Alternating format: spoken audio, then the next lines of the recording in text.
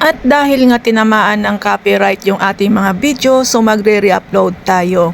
Magluluto tayo ng biko yema. So ayan guys, ang ating mga ingredients dito ay kailangan natin ng glutinous rice, coconut milk, condensed milk, at saka brown sugar. Then mag-prepare lang tayo sa isang kawali, ilagay natin yung coconut milk. Then, pakuluin natin, saka natin ilagay yung glutinous rice natin. Siyempre, luto na bago ninyo ilagay. Then, ihalo ninyo yung brown sugar. Then, imekos-mekos lang po natin yan hanggang sa mag-mix siyang maayos.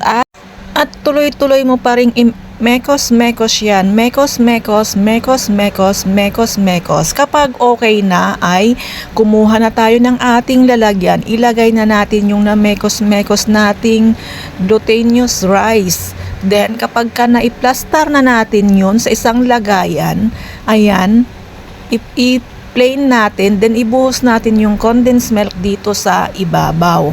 Ayan, ibuhos natin ng ibuhos yung milk na gusto nating ilagay kung gaano kadami. Ayan siya. Then kapag na ayos na natin ng buhos, na i-plain na natin, na ikalat na natin, takpan na natin yan. Ayan, takpan natin. Pagka natakpan mo na yan, isalang mo na yan sa oven. Siguro hanggang sa maluto. Hindi ko alam kung ilang minuto. Ayan na. Ayan na nga yung ating biko yema. So ayan, kakain na tayo ng biko yema. Ayan, ang sarap-sarap.